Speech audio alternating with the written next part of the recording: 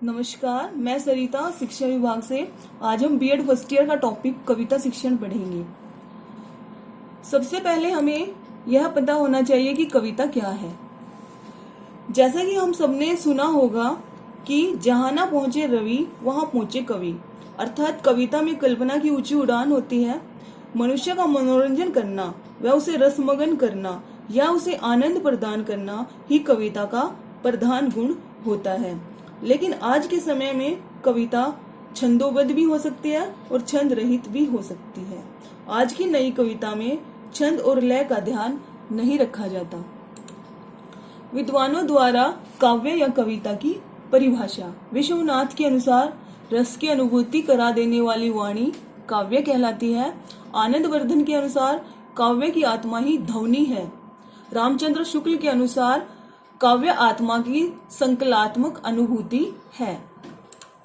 कविता का महत्व। कविता प्रत्येक आयु वर्ग को आकर्षित करने वाली विद्या है। इस विद्या के द्वारा ही मानव में मानवता के गुणों का विकास सरलता पूर्वक किया जा सकता है। कविता द्वारा विद्यार्थियों के रागात्मक भावों की तुष्टि होती है तथा सौंदर्य अनुभूति की उनकी शक्ति बढ़ती है। कविता शिक्षण।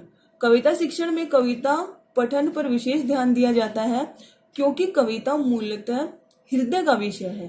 कविता के भावपूर्ण सस्वर वाचन से विद्यार्थियों में रसात्मकता तथा आत्मविश्वास की वृद्धि होती है।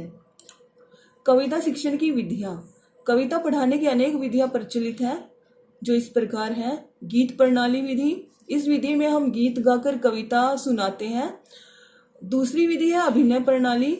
यह अभिनय प्रणाली छोटे बच्चों के लिए बहुत उपयोगी होती है, क्योंकि इसमें बच्चों को अभिनय करके कविता के एक एक शब्द पर अभिनय करके बच्चों को सिखाया जाता है और बच्चे इस तरह की इस विधि का प्रयोग करके बहुत आनंद अनुभव करते हैं।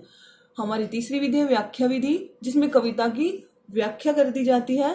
और हमारी अगली विधि है खंडान्वय विधि। कविता की एक एक पंक्ति व उसके एक एक खंड का प्रश्न पूछते हुए कविता का अर्थ बताने की विधि खंडान्वय विधि कहलाती है। इससे छात्रों को विषय वस्तु का तो ज्ञान अवश्य हो जाता है, लेकिन वह कविता का आनंद सौंदर्य बोध नहीं कर पाते हैं। रसास्वादन विधि। रसास्वादन शब्द दो शब्दों के योग से बना है। रस जमा आस्वादन, अर्थात रस का अर्थ होता है आनंद तथा आस्वादन का अर्थ होता है ग्रहण करना। अर्थात जब कोई रचना उचित लय, ताल, स्वराघात तथा उचित भाव भंगिका के साथ प्रस्तुत की जाती है तो उसे रसास्वादन विधि कहा जाता है। कविता में रुचि बढ़ाने के साधन। पहला है प्रभावशाली ढंग से कविता का वाचन करना, कविता याद करवाना, क्योंकि छोटे बच्चों को कविता जल्दी ही याद हो जाती है।